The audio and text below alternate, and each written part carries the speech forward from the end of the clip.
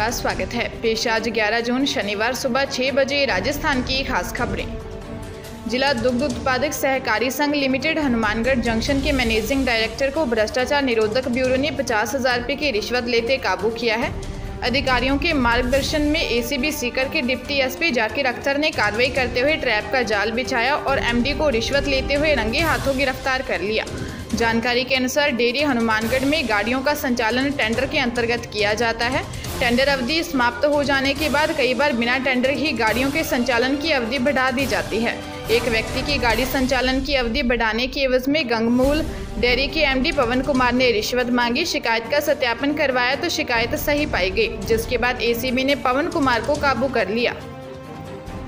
Supreme court ने NEET PG 2021 में 1456 सीटों को भरने के लिए स्टे राउंड काउंसलिंग की मांग वाली याचिकाओं को खारिज कर दिया है। शीर्ष अदालत ने कहा कि सरकार और मेडिकल काउंसलिंग कमेटी का विशेष स्टे राउंड आयोजित करने की अनुमति नहीं देना चिकित्सा शिक्षा सार्वजनिक स्वास्थ्य के हित में है। सुप्रीम कोर्ट ने कहा कि चिकित्सा शिक्षा की गुणवत्ता के साथ कोई समझौता नहीं किया जा सकता है जो सार्वजनिक स्वास्थ्य को प्रभावित करेगा। इससे पहले उच्चतम न्यायालय ने नीट पीजी 2021 में 1456 सीट को भरने के लिए विशेष स्टे राउंड काउंसलिंग कराने का अनुरोध करने वाली कई याचिकाओं पर अपना आदेश गुरुवार को सुरक्षित रख लिया था। अखिल भारतीय कोटा के लिए स्टे राउंड काउंसलिंग के बाद ये सीट खाली रह गई है।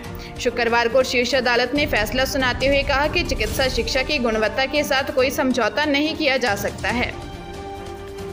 जयपुर जिले के जालूपुरा थाना पुलिस ने आरएलपी विधायकों की शिकायत पर विनय मिश्रा के खिलाफ एफआईआर दर्ज कर ली है। राज्यसभा चुनाव से चंद घंटे पहले यह एफआईआर दर्ज की गई है।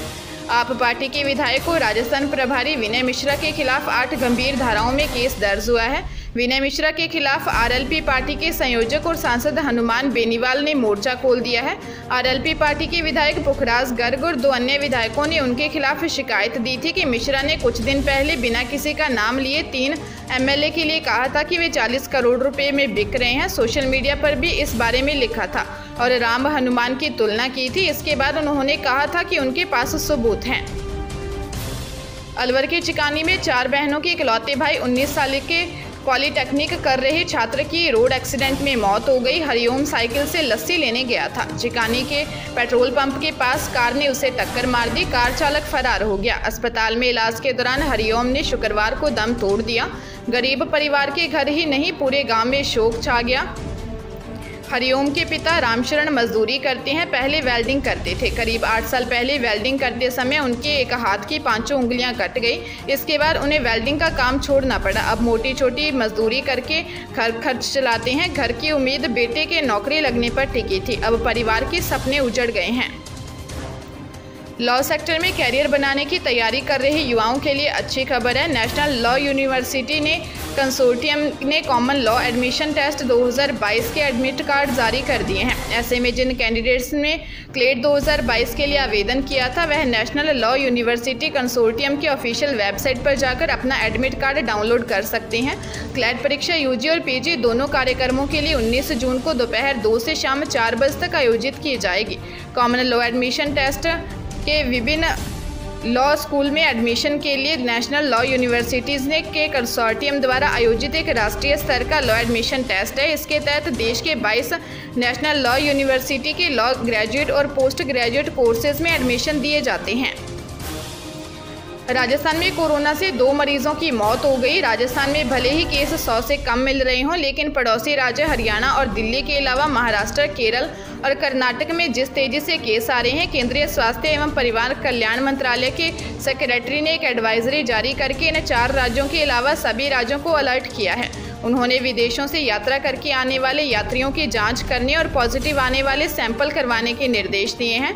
राजस्थान में कुल 71 केस मिले, जबकि 2 मरीजों की मौत हो गई। अलवर में 5, अजमेर, बीकानेर, धौलपुर और कोटा में 4-4, जोधपुर, भीलवाड़ा में 3-3, बारां में 2 और उदयपुर, टोंक, नागौर, जालोर, चूरू में 1-1 केस मिले। वहीं बीकानेर और अलवर में 1-1 मरीज की मौत हुई है। भरतपुर में पत्नी से परेशान एक युवक ने पुलिस चौकी से चूहे मारने की दवा खा ली। इसके बाद अचानक युवक की तबीयत बिगड़ गई और उसे अस्पताल में एडमिट करवाया गया।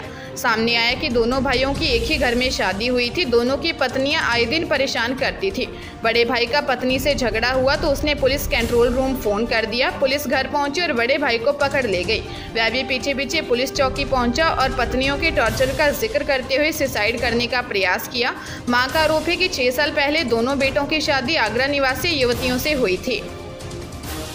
उदयपुर एसीबी टीम ने बड़ी कार्रवाई करते हुए सलुम्बर की आबकारी थाने में कार्यरत प्रहरी अधिकारी और आबकारी गार्ड को रिश्वत लेते हुए गिरफ्तार किया है। एसीबी के उप महानिरीक्षक राजेंद्र प्रसाद गोयल ने बताया कि भैरूला ने शिकायत दी थी कि किसी ने उसके खिलाफ झूठी शिकायत कर दी थी। इस पर आबकारी थाने सलुम्बर के प्रहराधिकारी ईश्वर सिंह और गार्ड सलीम खान ने उसके घर पर दबिश दी। उसकी अनुपस्थिति में उसके घर में घुसकर घर के सामान को बिखेर कर तोड़फोड़ कर दी। लौटते समय रास्ते में भैरूलाल मीणा तो उसे डरा धमकाकर झूठे मुकदमे में फंसाने की धमकी देकर 10,000 रिश्वत की मांग की थी। 3,000 रुपये रिश्वत की राशि मौके पर ही ले ली। शिकायत का सत्यापन करवाया तो शिकायत सही पाई गई, जिसके बाद एसीबी ने कार्रवाई करते हुए दोनों को 7,000 रुपये की रिश्वत लेते काबू कर लिया। सिरोही जिले के माउंट आबू शहर में कोदरा डैम में डूबने से 17 साल के स्टूडेंट की मौत हो गई। छात्र अपने दोस्तों के साथ डैम पर नहाने आया था। दोस्त नहाकर निकले तो उन्हें छात्र डूबता नजर आया। शोर मचाया तो वहां भीड़ जुट गई। पुलिस ने गोताखोरों की टीम बुलाकर छात्र के शव को डैम से निकलवाया और पोस्टमार्टम करवाकर परिजनों को सौंप दिया। पुलिस ने बताया कि फिल्टर हाउस निवासी सावन अपने दोस्तों के साथ कोदरा डैम में नहाने के लिए गया था। उसके सभी दोस्त नहाकर बाहर आ गए, लेकिन उन्हें सावन कहीं नजर नहीं आया। उन्होंने डैम में देखा तो उन्हें सावन डैम में डूबा हुआ नजर आया। सूचना पर पहुंची पुलिस ने गोताखोरों की मदद से शव को बाहर निकलवाया।